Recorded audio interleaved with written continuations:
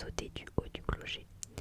Alors que je me rends en cours de géo, je me retrouve derrière un groupe de filles qui discourent sur le sujet, sans se douter le moins du monde que je suis le seul et unique Theodore Finch. Avec leur voix au perché, on dirait que toutes leurs phrases se terminent par un point d'interrogation.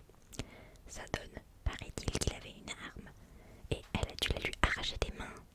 Ma cousine Stacy, qui est au lycée de Newcastle, m'a dit qu'une fois avec une copine, elles l'ont vu, qui jouait dans un club de Chicago, et il les a draguées toutes les deux.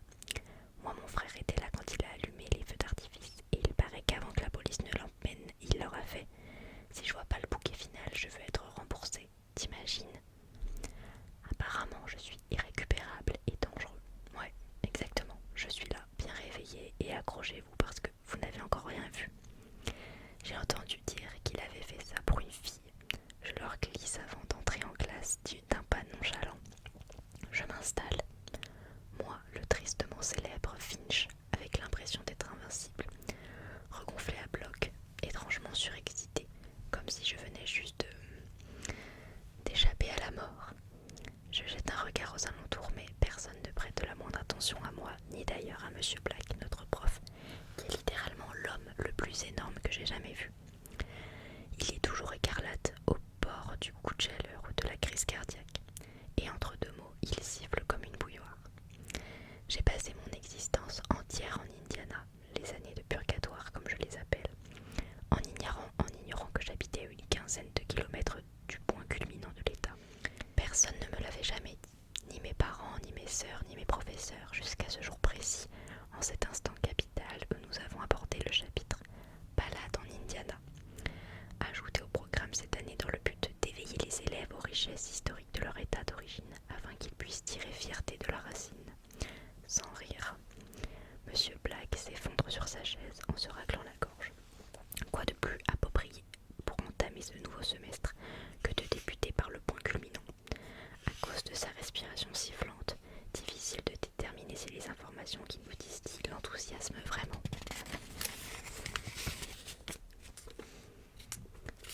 Hoosier Hill s'élève à 383 mètres au-dessus du niveau de la mer et est situé au fond du jardin d'une propriété familiale.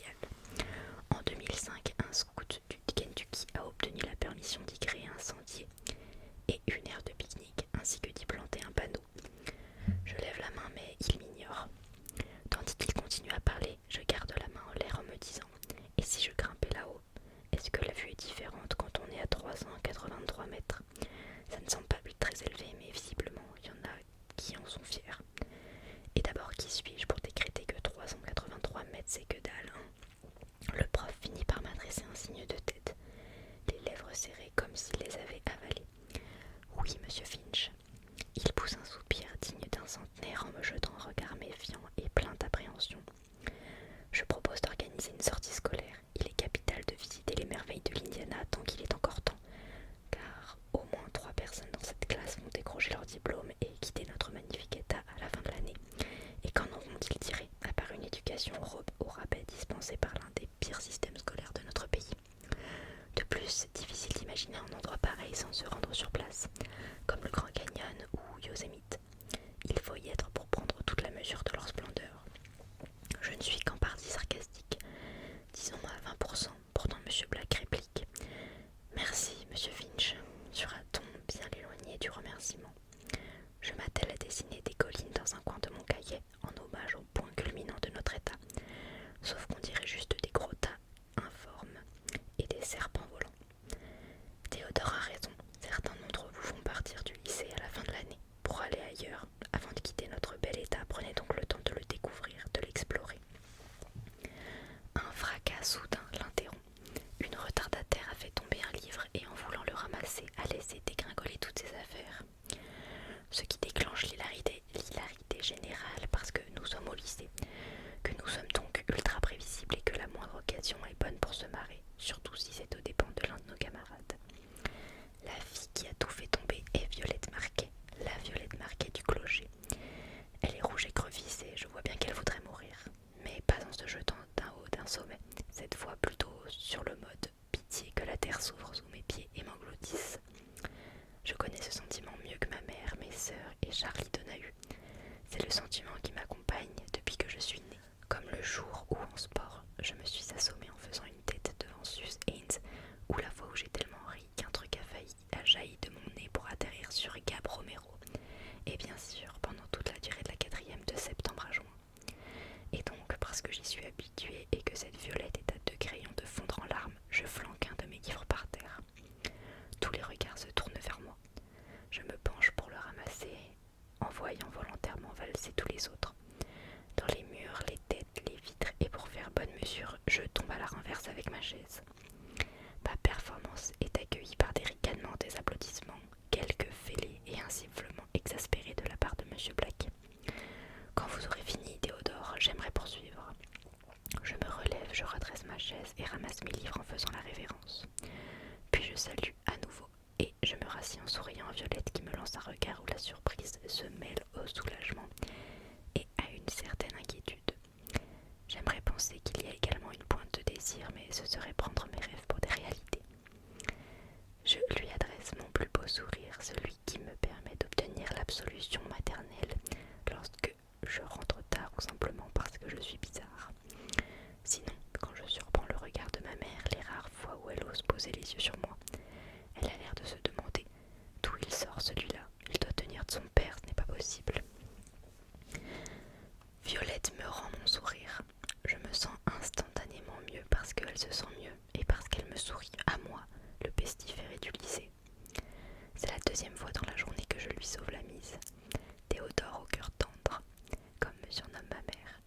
Trop tendre pour son propre bien. C'est une critique et je la prends comme telle. Monsieur Black nous fixe tour à tour, Violette puis moi. Comme je le disais donc, votre travail personnel dans ce cours sera de présenter au moins 2 ou encore mieux 3 merveilles de l'Indiana. Je contemple une autre merveille, Violette concentrée sur le tableau, un vague sourire toujours aux lèvres. Monsieur Black explique que nous devons choisir les sites qui nous attirent le plus, peu importe qu'ils soient éloignés ou peu connus. Notre mission est de nous y rendre, de prendre des photos ou une vidéo, de creuser leur histoire et de rapporter dans un dossier ce qui, en ces lieux précis, nous rend particulièrement fiers d'être notre état. Si nous parvenons à trouver un fil conducteur entre ces lieux, d'une manière ou d'une autre, c'est encore mieux.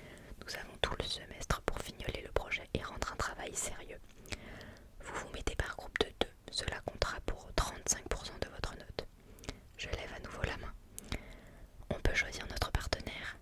Oui, alors je choisis Violette Marquet. Vous verrez ça avec elle à la fin du cours. Je me retourne instantanément, le coude sur le dossier de ma chaise. Violette Marquet, j'aimerais bosser avec toi sur ce projet. Elle rougit car tout le monde la regarde. Elle s'adresse au professeur. Je ne pourrais pas faire autre chose, des recherches et vous rendre un petit dossier. Elle ne hausse pas le ton, mais elle a l'air un peu agacée. Je ne suis pas prête. Il l'interrompt. Madame Marquet. Mademoiselle Marquet, je vous fais la plus grande faveur de votre vie en vous répondant non. Non. Non, une nouvelle année commence. Il est temps de remonter à dos de chameau. Ça fait rire quelques élèves. Violette me lance un regard noir. Oui, elle est carrément furieuse. Je me souviens alors de l'accident. Violette et sa sœur au printemps dernier. Elle a survécu, sa sœur est morte. C'est pour ça qu'elle ne veut pas attirer l'attention. Monsieur Black passe le reste du cours à nous parler de sites qui pourraient nous plaire et qu'il faut absolument qu'on voit avant la fin de l'année. Les trucs touristiques habituels comme le parc historique de Conner Prairie, la maison de Levi Coffin, le Lincoln Museum et la demeure natale de James Whitcomb Riley, même si on sait pertinemment que la plupart d'entre nous resteront dans ce trou jusqu'à la mort. J'essaie de croiser à nouveau le regard de Violette, mais elle garde la tête baissée. Elle se recroqueville sur la chaise, les yeux dans le vague. Dans le vide, mais c'est écrit les yeux dans le vague. À la sortie du cours, Gab Romero me bloque le passage. Comme d'habitude, il n'est pas seul. Amanda Monk est postée juste derrière lui, une main sur la hanche, encadrée par Joe Wyatt et Ryan Cross. Le sympathique et cordial Ryan, sportif, bon élève délégué de classe. Le pire chez lui, c'est qu'il sait exactement qui il est depuis la maternelle. Gros merdeau dégaine, que je te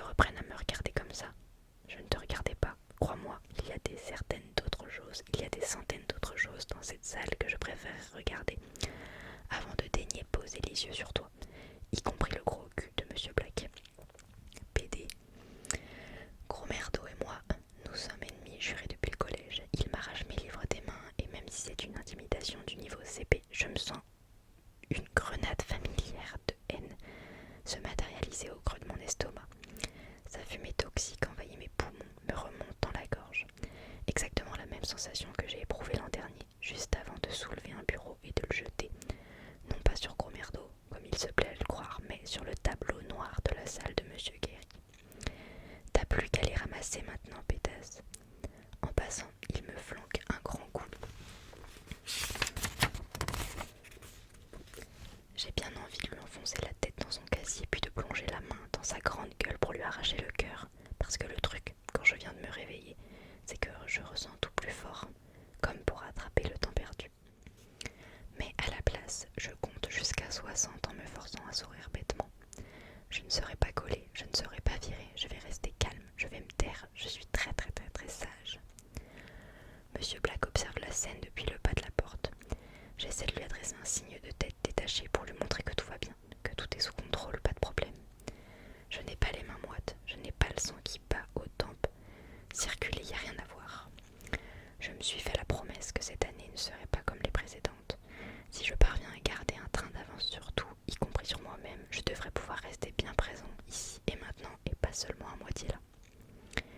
Il ne pleut plus. Avec Charlie, on est sur le parking, assis sur le capot de sa voiture, à discuter de ce qu'il aime le plus en dehors de lui-même, le sexe. Notre amie Brenda nous écoute, serrant ses livres sur sa très généreuse poitrine. Ses cheveux aux mèches rouges et roses brillent sous le soleil délavé de janvier. Pendant les vacances de Noël, Charlie a bossé au cinéma du centre commercial. Il a, paraît-il, fait entrer sans payer toutes les filles un peu mignonnes, ce qui lui a valu encore plus de succès que d'habitude, dans la rangée du fond, réservée aux handicapés où les fauteuils n'ont pas d'accoudoir. Et toi, me demande-t-il. Quoi, moi? Tu as fait quoi? Je me suis baladée. Comme j'avais pas envie de venir en cours, j'ai pris ma caisse et j'ai roulé. Je ne peux pas expliquer mes brusques sommeils à mes amis, et même si je pouvais, ce ne serait pas la peine. L'un des trucs que je préfère avec Charlie et Brenda, c'est que je n'ai pas à leur donner d'explication. Je vais, je viens et tiens, voilà Finch. Charlie hoche la tête. Il faudrait vraiment que tu tires un coup. Il fait sans doute référence à l'incident du clocher. D'après lui, si je couche, je n'aurai plus envie de me suicider. Pour Charlie, tirer un coup, c'est la solution à tout. Si tous les grands dirigeants du monde avaient une vie sexuelle satisfaisante et régulière, il n'y aurait plus de problème sur cette planète. Brenda le dévisage, sourcils froncés. T'es qu'un porc, Charlie. Tu m'adores. Dans tes rêves, prends exemple sur Finch, lui c'est un gentleman. Rares sont les personnes qui diraient ça de moi. Mais l'avantage dans cette vie, c'est qu'on peut être quelqu'un de différent aux yeux de chacun. Je préfère rester en dehors de ça, dis-je. Bren secoue la tête. Non, sérieux, les gentlemen sont en voie de disparition. Comme les vierges ou les lèpres jaunes. Si un jour je me marie, j'en épouserai. Je ne peux pas m'empêcher de répliquer. Quoi? Une vierge ou un lèpre jaune? Elle me donne une tape sur le bras. Il y a une différence entre un gentleman et un gars qui n'a aucune vie sexuelle. Charlie me désigne du menton. Sans vouloir te vexer, mec. No offense, je réplique. C'est vrai après tout, comparé à lui, en tout cas, en fait. Il veut dire que je n'ai pas de chance avec les femmes. Sûrement parce que je craque toujours pour des salopes, des folles ou des filles qui font semblant de ne pas me connaître quand il y a du monde autour. Enfin bref, de toute façon, je ne les écoute plus car, par-dessus l'épaule de Bren, je viens de l'apercevoir. Violette. Je suis en train de tomber grave amoureux, je le sens, et ce n'est pas la première fois. Suze Haynes, Leila Coleman, Annalise Lemke, les trois Brianna, Brianna Harley, Brianna Bailey, Brianna Boudreau. Tout ça parce qu'elle m'a souri. Mais putain, quel sourire. Un vrai sourire, ce qui est rare de nos jours. Surtout quand on est moi, Theodore Freak, le taré de service. Bren se retourne pour voir ce que je fixe comme ça. Elle secoue la tête avec une grimace de dégoût qui fait que d'instinct, je me protège le bras. Bon sang, vous êtes tous pareils, vous les mecs. À la maison, ma mère discute au téléphone tout en décongelant l'un des petits plats que ma sœur Kate prépare en début de semaine. Elle me fait signe sans interrompre sa conversation. Kate dévale les escaliers, attrape ses clés sur le bar et lance. A plus loser. J'ai deux sœurs, Kate qui a 1 an de plus que moi et Teka qui a 8 ans. évidemment ce qu'elle a découvert aux alentours de 6 ans. Enfin, tout le monde sait bien que dans la famille, la véritable erreur de parcours, c'est moi. Avec mes semelles mouillées qui couinent sur le sol, je monte m'enfermer dans ma chambre. Sans même regarder la pochette, je mets un vieux vinyle sur la platine que j'ai déniché au sous-sol. Je dis, le disque saute et grésille comme sur un vieux phono d'avant-guerre. Je suis dans ma phase split ends, d'où les baskets. Je m'essaie en Finch des années 80 pour voir ce que ça donne. Je sors une clope et fouille dans mon bureau à la recherche d'un briquet quand je me rappelle soudain que le Finch des années 80 ne fume pas. Putain, je le déteste, ce morveux trop clean avec ses cheveux courts et sa nuque bien rasée. Je laisse la cigarette entre mes lèvres sans l'allumer en m'efforçant d'aspirer la nicotine. Je prends ma guitare, je carate 3 accords et j'abandonne. Je m'assieds devant l'ordinateur à califourchon, sur ma chaise retournée. C'est la seule position dans laquelle je peux écrire. Je tape 5 janvier, méthode clocher du lycée, probabilité de réussite sur une échelle de 1 à 10, 5. Chiffre, le taux de suicide par saut dans le vide augmente à la pleine lune et les jours fériés. Information historique. L'un des plus célèbres suicidés ayant utilisé cette méthode est Roy Raymond, le fondateur de la marque de lingerie Victoria's Secret. Information complémentaire, en 1912, un dénommé Franz Reich s'est jeté du haut de la tour Eiffel avec une combinaison parachute qu'il avait lui-même conçue. Il a sauté pour tester son invention, pensant voler. Hélas, il est tombé comme une pierre et s'est écrasé au sol, creusant un cratère de 15 cm de profondeur. Avait-il l'intention de se tuer? J'en doute. À mon avis, c'était juste un crétin crâneur. Une rapide recherche sur internet m'apprend que seuls 5 à 10% des suicides sont commis en sautant dans le vide, selon Johnson Hopkins. Apparemment, cette méthode est choisie pour des raisons pratiques, ce qui explique la popularité de San Francisco avec son Golden Gate Bridge, la destination la plus courue au monde en matière de suicide. Ici, nous n'avons que la Purina Tower et une colline de 387 mètres de haut. J'écris, raison ayant empêché le passage à l'acte. Trop dégueu, trop voyant, trop de monde. Je ferme Google pour passer sur Facebook. Je n'ai aucun mal à trouver la page d'Amanda Monk, vu qu'elle est amie avec tout le monde, même avec des gens qu'elle méprise dans la vraie vie. Je déroule la liste d'amis pour chercher Violette, et voilà qu'elle apparaît. Je clique sur sa photo, et voilà qu'elle apparaît en plus gros, avec aux lèvres le même sourire qu'elle m'a adressé tout à l'heure. Je contemple l'écran, avec une furieuse envie d'en savoir plus. Qui est cette Violette Marquet? En la googlisant, je tombe sur le site eleanorandviolette.com, dont elle serait co-créatrice, éditrice, auteure. C'est le genre de blog classique qui parle de garçons et de mode. La dernière publication remonte au 3 avril dernier. Je déniche aussi un article de presse.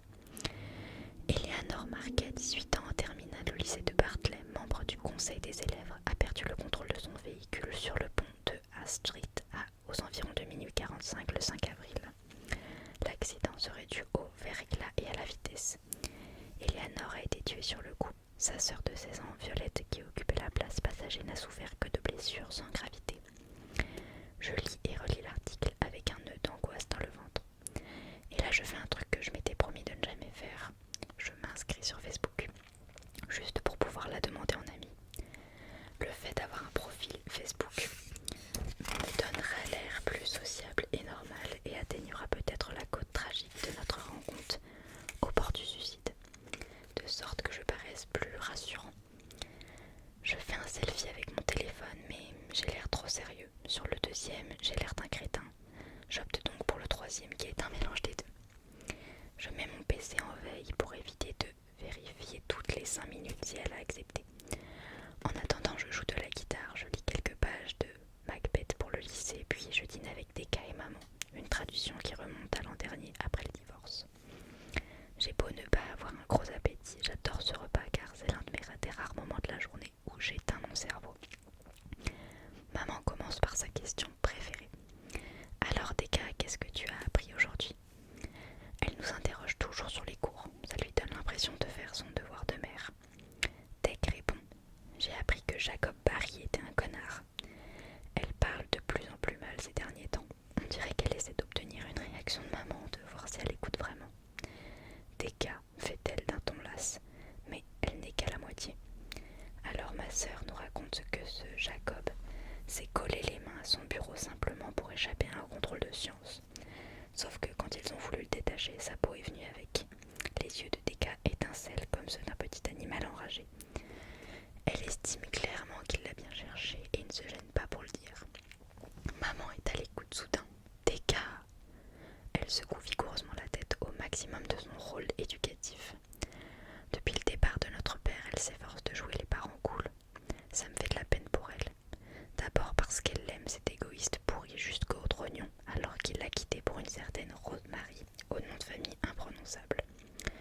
et surtout à cause de ce qu'elle m'a dit quand il est parti. Je n'aurais jamais cru me retrouver célibataire à 40 ans. Ce n'est pas tant la portée de la phrase, mais le ton sur lequel elle l'a prononcée, comme si tout était fini. Depuis, je m'efforce d'être gentil et sage, de me faire le plus petit et le plus discret possible, ce qui implique de faire croire que je vais en cours, même quand je suis en sommeil, le grand sommeil, pour ne pas lui en rajouter. Mais je n'y arrive pas toujours. Et toi, ta journée, Théodore? Génial. Je pousse la nourriture du bout de ma fourchette pour dessiner quelque chose dans mon assiette. Ce qui m'ennuie, c'est qu'il y a 1000 choses plus intéressantes à faire que de manger, ou dormir d'ailleurs. Quelle perte de temps. Info intéressante. Un Chinois est décédé par manque de sommeil après être resté éveillé 11 jours d'affilée à regarder tous les matchs de la Coupe d'Europe. De foot, je précise. Pour ceux qui, comme moi, n'y connaissent rien, au bout de la 11e nuit sans sommeil, il a vu l'Italie battre l'Irlande 2-0. Il a pris une douche, il s'est endormi vers 5h du matin et il est mort. Je ne voudrais pas dire du mal d'un mort, mais sincèrement, tout ça pour du foot, faut vraiment être con. Maman s'est arrêtée de manger pour me dévisager. Elle s'en donne la peine, ce qui est rare. Elle tente de se montrer compréhensive concernant ma tristesse, tout comme elle essaie d'être patiente avec Kate qui passe la nuit dehors et avec Deka qui est convoqué dans le bureau du directeur. Notre mère mène aux problèmes de comportement sur le compte du divorce et de mon père. Elle répète qu'il nous faut un peu de temps pour digérer. D'un ton moins sarcastique, je développe. Pas mal, sans surprise. Rasoir, normal. Nous passons à des sujets plus consensuels, comme la maison que ma mère essaie de vendre pour ses clients et la météo. Une fois le dîner terminé, maman pose la main sur mon bras en m'effleurant à peine et remarque. C'est sympa que ton frère soit de retour parmi nous, pas vrai, des gars? Elle dit ça comme si je menaçais de me volatiliser à nouveau, là, juste sous leurs yeux. La légère note de reproche dans sa voix me fait grimacer des dents. J'ai une furieuse envie de remonter directement fermée dans ma chambre. Mais si elle essaie de me pardonner ma tristesse, elle aimerait pouvoir compter sur moi comme l'homme de la maison. On a réussi à lui faire croire que j'étais en cours pendant ces 4, presque 5 semaines d'absence, mais j'ai néanmoins manqué pas mal de dîners en famille. Elle me lâche le bras et nous sommes soudain libres de nous éparpiller tous les trois dans des directions différentes. Vers 10h, une fois tout le monde couché, alors que Kate n'est toujours pas rentrée, je rallume mon ordinateur pour consulter mon compte Facebook. Violette Marquet a accepté votre invitation. Et voilà, nous sommes amis. J'ai envie de courir dans toute la maison en hurlant, de grimper sur le toit et d'écarter les bras, mais sans sauter toutefois, sans même y penser. À la place, je me penche vers l'écran pour faire défiler ses photos. Violette qui sourit entre deux adultes qui doivent être ses parents. Violette qui sourit avec ses amis. Violette qui sourit à un match. Violette qui sourit joue contre joue avec une autre fille. Violette qui sourit toute seule. Je me rappelle la photo de l'article sur internet. Il s'agit de sa sœur, Eleanor. Elle portait ses lunettes à monture épaisse que Violette avait sur le nez aujourd'hui. Soudain, un message s'affiche. Tu m'as piégé devant tout le monde. Tu aurais accepté de faire équipe avec moi, sinon je me serais débrouillée pour être dispensée de faire ce devoir. Pourquoi tu tiens absolument à bosser avec moi? Parce que notre montagne nous attend. Qu'est-ce que tu racontes? Tu n'as sans doute jamais rêvé de visiter l'Indiana, d'accord? Mais on a un devoir à rendre et je me suis proposée. D'accord, je t'ai forcé à faire équipe avec moi. Ça tombe bien, j'ai une carte dans mon coffre qui ne demande qu'à servir et il y a sans doute des endroits dans cet état qui n'attendent que nous. Peut-être que personne d'autre ne viendra jamais les visiter ni les apprécier à leur juste valeur, alors que même le lieu le plus insignifiant peut avoir un intérêt, ou du moins un intérêt pour nous. Enfin, en tout cas, quand on partira, on pourra dire qu'on le connaît, notre grand état. Alors allons-y, en route, on va faire un truc qui compte, on va faire le grand saut. Comme elle ne répond pas, j'ajoute. Je suis là si tu as envie de parler. Silence. J'imagine Violette chez elle en cet instant précis, derrière son ordinateur avec ses lèvres parfaites qui sourient à l'écran. Malgré tout, quoi qu'il arrive. Violette sourit. Gardant un œil sur mon PC, je prends ma guitare